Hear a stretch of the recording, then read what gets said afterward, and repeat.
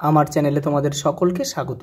আজ আমরা class 9-এর Ryan Martin প্রশ্নবিচিত্রা থেকে ভূগোলের তৃতীয় পর্যায়ক্রমিক মূল্যায়নের পঞ্চম স্কুল সলভ করব। আমরা এই পর্বে কেবলমাত্র এমসিকিউ, এসএকিউ অর্থাৎ মান 1 এবং ম্যাপ পয়েন্টিংগুলোই সলভ করব।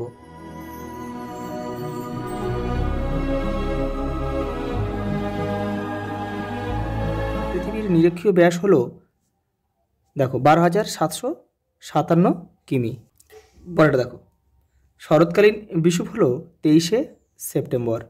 মূল মধ্যরেখার মান হচ্ছে 0 ডিগ্রি। কলকাতার অক্ষাংশের মান হলো 22 মিনিট 22 ডিগ্রি 34 মিনিট উত্তর। একটি প্রাচীন ভঙ্গিল পর্বতের উদাহরণ দাও। আরাবল্লী, রাজস্থানে অবস্থিত। তিব্বত মালভূমি হলো পর্বত বেষ্টিত মালভূমি। শিলায় মরচে পড়ে তার মূল কারণ হলো জারণ বা অক্সিডেশন। স্বল্পমোচন প্রক্রিয়াটি যে শিলায় দেখা যায় তা হলো গ্রানাইট।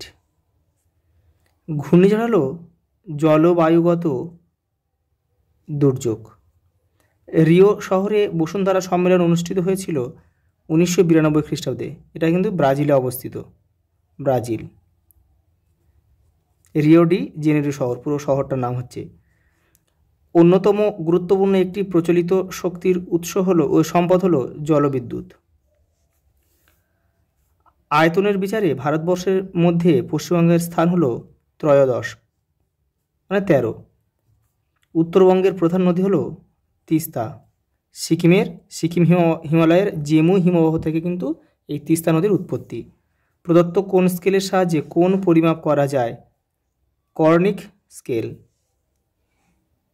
পরের প্রশ্ন দেখো, এখানে বলেছে দেখো কোন বাক্যগুলি শুদ্ধ হলে পাশে সু লিখতে হবে, আর কি দেখো অশুদ্ধ হলে অ লিখতে হবে। তোমরা কি সত্য মিথ্যা লিখলে হবে না, কিন্তু ঠিক যেভাবে নির্দেশ দেবে ঠিক সেইভাবে তোমাদের কিন্তু করতে হবে। দেখো, জিপিএস প্রণালীতে 22টি কৃত্রিম উপগ্রহ পৃথিবীকে প্রদক্ষিণ করে, এটা কিন্তু অশুদ্ধ। তাহলে এটা হবে কি বলো তো? এটা হচ্ছে 24টি। তোমাদের পরীক্ষায় কিন্তু এটা 24টি লিখবে না, শুধু অ লিখে দিলেই হয়ে যাবে। তোমাদের শুধু সঠিক তথ্যটা এখানে জানানো হলো। পরেরটা দেখো 2100 সালটি হলো অধিবর্ষ। দেখো এটা কিন্তু অশুদ্ধ, কারণ দেখো এটা 400 দিয়ে ভাগ করলে কিন্তু মেলে না, সেটা এই জন্য কিন্তু এটা অশুদ্ধ। দুটি স্তূপ পর্বতের মাঝখানের উপত্যকাটি গ্রস্ত উপত্যকা নামে পরিচিত, এটা শুদ্ধ। দেখো এবারে রয়েছে, দেখো পশ্চিমবঙ্গের দুটি খরা প্রবণ জেলা হলো হাওড়া ও পূর্ব মেদিনীপুর, এটা হচ্ছে অশুদ্ধ। এটা কি বাঁকুড়ার পুরুলিয়া হবে কিন্তু।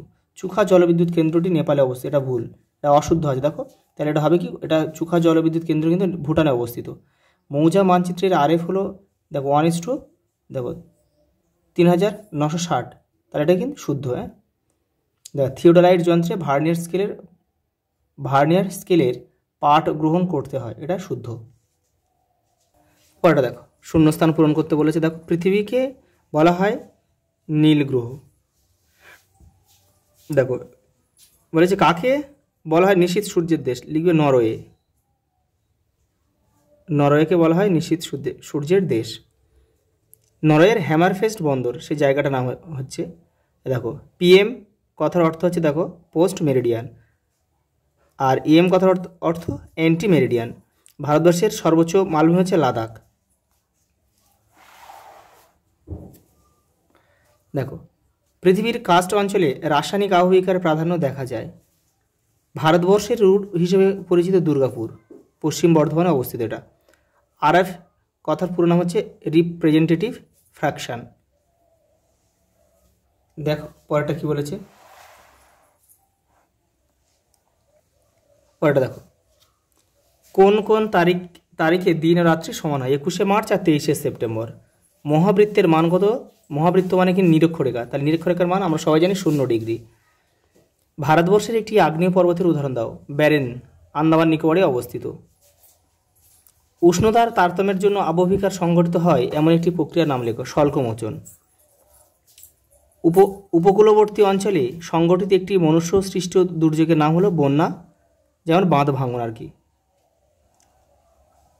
পশ্চিমবঙ্গের কোন জেলায় বিহারীনাথ পাহাড় দেখা যায়? বাঁকুড়া জেলায়। পরেরটা দেখো, কর্নিক স্কেলে কতগুলি বিভাজন থাকে? 3 ধরনের। তার নামগুলি কি হচ্ছে? মুখ্য, গৌণ ও প্রগৌণ।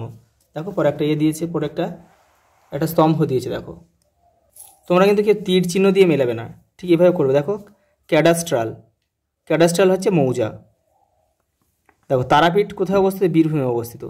সান্দাকফু পশ্চিমবঙ্গের সর্বোচ্চ শৃঙ্গ, যার উচ্চতা 36-30 মিটার। এই যে গোরগাবুরু পুরুলিয়াতে অবস্থিত। তাহলে এখানে আমরা 4 লিখব, এটা হবে না। দেখো এবার ম্যাপ পয়েন্টিংটা দেখে নাও। মান 2 মান 3 কিন্তু তোমাদের বইয়ে সব কিন্তু অনায়াসে পেয়ে যাবে এগুলো। আমি শুধু ম্যাপ পয়েন্টিংটা করে দিচ্ছি। দেখো তোমাদের এরকম পশ্চিমবঙ্গের একটা ম্যাপ দেবে, এই যে এরকম। তোমরা এখানে কি করবে? নাম, ক্লাস, সেকশন, রোলটা তোমরা পেনে লিখবে, আর ম্যাপ পয়েন্টিংটা কিন্তু তোমরা সব পেন্সিলে করবে। আমি তোমাদের ভিডিওটা ভালোভাবে বোঝার জন্য কিন্তু আমি এটা তোমাদের পেন দিয়ে করে দিলাম। তোমরা কিন্তু সব পেন্সিলেই করবে। দেখো এবার দেখে নাও। দেখো প্রথম কী দিয়েছে? পশ্চিমবঙ্গের সর্বোচ্চ শৃঙ্গ। তাহলে আমরা কি পশ্চিমবঙ্গের সর্বোচ্চ শৃঙ্গের নাম কি? সান্দাকফু। তাহলে সান্দাকফু কোথায় অবস্থিত? এ দেখো দার্জিলিং জেলা, ঠিক এই জায়গাটায় সান্দাকফু। তারপরে কি আছে দেখো? তিস্তা নদী। তিস্তা নদী উত্তরবঙ্গে রয়েছে। দেখো উত্তরবঙ্গে এই যে এখান থেকে এদিকে বয়ে গিয়েছে। তীর চিহ্ন দেবে কিন্তু, নদী যখনই আঁকবে তখন তীর চিহ্ন তোমাদের দিতে হবে যে কোন দিক থেকে কোন দিকে বয়ে যাচ্ছে। এই যে এখানে সিকিম হিমালয়ের জেমি হিমবাহ থেকে কিন্তু তিস্তা উৎপত্তি হয়ে এসেছে। তারপরটা দেখো লোহিত মৃত্তিকা অঞ্চল। লোহিত মৃত্তিকা কিন্তু আমাদের পশ্চিমবঙ্গের দেখো পশ্চিমের রাঢ় অঞ্চলে দেখা যায় বা মালভূমি অঞ্চলে বলা যায়। এই যে এই অঞ্চলটা কিন্তু তোমার লোহিত মৃত্তিকা অঞ্চল। এই যে এখানে লোহিত মৃত্তিকা লিখতে পারো বা এপারে এরকম ইন্ডেক্স করে তোমরা লিখতে পারো। পরেটা দেখো উত্তরবঙ্গের রাজকীয় শহর। রাজকীয় শহর বলতে কিন্তু আমরা বুঝি কোচবিহারকে। কোচবিহার কিন্তু আগে আমাদের পশ্চিমবঙ্গের রাজধানী ছিল, অনেক আগে কিন্তু। রাজকীয় শহর এ দেখো কোচবিহার, এই যে এই জায়গাটা পড়বে। পরেরটা কী আছে দেখো? পশ্চিমবঙ্গের রাজধানী কলকাতা। এই যে ঠিক এই নদীর পাশে এই যে এইটা করবে কলকাতা। দাগ নাম্বার কিন্তু অবশ্যই দেবে, নাহলে কিন্তু কেউ বুঝতে পারবে না যে তুমি কোনটা করতে চাইছো। দেখো তারপর কী আছে? হলদিয়া বন্দর। এই যে দেখো এই যে বেঁকে গিয়েছে ঠিক এই জায়গাটা হচ্ছে হলদিয়া বন্দর, আর এটা হচ্ছে পুরোটা হচ্ছে হলদিয়া শিল্পাঞ্চল। ওটা কী আছে দেখো? পূর্ব মেদিনীপুরের সমুদ্র উপকূলবর্তী বিখ্যাত পর্যটন কেন্দ্র কি? দীঘা। এই যে এই জায়গাটা হচ্ছে দীঘা। দেখো দাগ নাম্বার দিয়েছে, এই যে দীঘা। পরেটা কী আছে দেখো? বঙ্গোপসাগরের নিকটবর্তী সক্রিয় বদ্বীপ অঞ্চল। সক্রিয় বদ্বীপ মানে আমাদের সুন্দরবন অঞ্চলটাই এখনও সক্রিয় রয়েছে, এখনও বদ্বীপ গঠনের কাজ চলছে। এই যে এই অংশটা পুরোটাই কিন্তু সক্রিয় বদ্বীপের অংশ, সুন্দরবন অঞ্চল। দেখো 8 নম্বর দাগ দিয়েছি। পরেটা কি? যে কুলিক পক্ষী আবাস, মানে কুলিক পাখির আলায় কোথায় অবস্থিত? উত্তরবঙ্গের দিকে আমাদের অবস্থিত। উত্তরবঙ্গে কোথায়? দক্ষিণ দিনাজপুর, এই উত্তর দিনাজপুরের ঠিক এই জায়গাটা হচ্ছে কুলিক পাখির আলায় অবস্থিত। এই যে পশ্চিমবঙ্গের পাট শিল্পাঞ্চল। হুগলি নদীর উভয় তীরে কিন্তু গড়ে উঠেছে পাট শিল্পাঞ্চল। এই যে এই হুগলি নদী বয়ে গেছে, আর ঠিক এর দুপাশ দিয়ে কিন্তু তোমার পাট শিল্পগুলি গড়ে উঠেছে। সেই জন্য এটা পুরোটাই এরকম একটা দেখো এটা রাউন্ড করে দিয়েছি। আর যে পাট শিল্পাঞ্চল। আচ্ছা এই পর্যন্ত, দেখা হবে পরের ভিডিওতে।